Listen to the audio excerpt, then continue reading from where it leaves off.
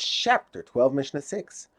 This Mishnah, which is also recorded in Iduyos, chapter 3, Mishnah 9, cites 4 disputes between Rabban Gamliel and the sages regarding the tumah of various objects.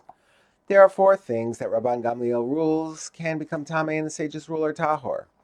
The first dispute, which also appears in Mishnah 3, concerns the cover of a teni. The metal cover of a teni that is used by homeowners. Rabban Gamliel rules that it can become tameh even when it is not attached to the teni, because although it does not have a name of its own, it is called the cover of a teni. People use it by itself to hold things, but the sages rule that it cannot become tameh because even though it can hold things, it is rarely used for that purpose. The second dispute concerns a loop that is fastened to a scraper that bathers use to scrub themselves. The loop is attached to the scraper so that the scraper can be hung from hooks at the bathhouse. Usually a loop cannot become tameh even when attached to a kli, because it does not help the kli perform its actual task, but serves only to hang up the kli when it is not being used. The hanging loop of bathhouse scrapers, Rabban Gamliel holds that the loop enhances the use of the scraper in that it makes the scraper easier to grip. It is thus considered part of the scraper and can become tameh together with it. But the sages maintain that the loop is not an integral part of the scraper because it does not contribute significantly to the scraper's usefulness.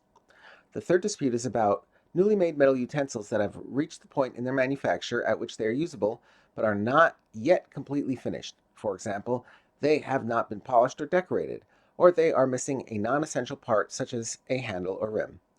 Unfinished metal utensils, Rabban Gamliel holds that since they are usable, they are classified as Keilim, but the sages say that they are not Keilim unless they are completely finished. The fourth item concerns a broken tray. An earthenware tray that broke and split into 2 pieces that seem to be equal in size. Rabban Gamliel rules that both pieces can become tameh. Although they appear to have the same size, it is impossible for them to be exactly equal. Rather, one must be slightly larger than the other. The larger piece can certainly become tameh, since it is a majority of the original tray. But since we do not know which piece is the larger one, we must treat both as capable of becoming tameh. According to the sages, though, neither part can become tameh, because people will not use part of a broken tray unless it is clearly the larger part. Otherwise, they will treat it as just a broken piece of utensil, which has no value. Thus, in our case, where people cannot tell which part is larger, neither is subject to tumah. The Mishnah cites a case in which the sages agree that one of the tray's pieces can become tameh. And the sages agree with Rabban Gamliel regarding a tray that's split into 2 pieces that are clearly unequal, with one part looking large and the other looking small, that the large one can become tameh because people can see that it is a majority of the original tray, and the small one is tahor.